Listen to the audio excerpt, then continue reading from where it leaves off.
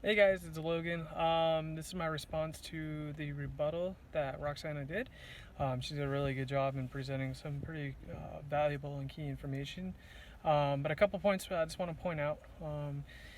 One thing that stood out to me in Roxana's debate was that she mentioned that the recidivism, I cannot pronounce it for the life of me, I apologize, is much lower coming out of prison. So basically, what that means is that when they come out of prison, um, the the percentage of people that come out go back to percentage or back to prison. Um, that's not really a good thing. It's not really low. It's about 70% of the people that get out of prison go right back into it within 3 years. Um, so that doesn't really go to show you how valuable, and I don't think it shows the prison system working as it should be working. So that right there is kind of an interesting point that I wanted to make.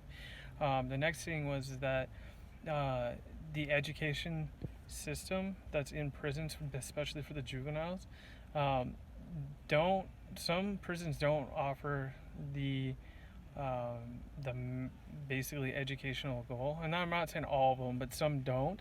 And it really depends on like some prisons. Part of the rehabilitation process, like they'll get their GED, they'll do some sort of certificate, so when they get out of prison, they have something to kind of fall back on. Um, that is not necessarily the case, and a lot of that is based off of good behavior as well. Because um, if you're getting in trouble while you're in prison, more than likely those privileges get revoked, and you get more time tacked onto you. Um, Again, it just depends on the prison and the type of person that's in prison. Uh, Last thing I wanted to point out too is that Roxana pointed out that this might be a better life for them in prison, in regards to you get 3 warm meals a day, you get a warm bed, you get housing.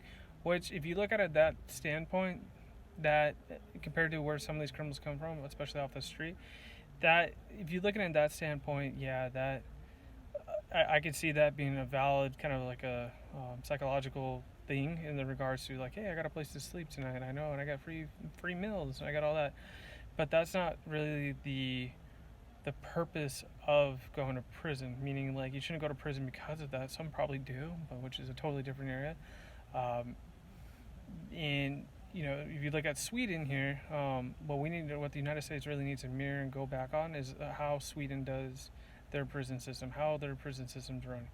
Um, and basically, we need to mirror that because they're obviously doing something right and we're not doing something right. So I just wanted to touch base with you guys a little bit about that, prepare my next debate. And good job, Roxana. I thought you did a good job. Thanks.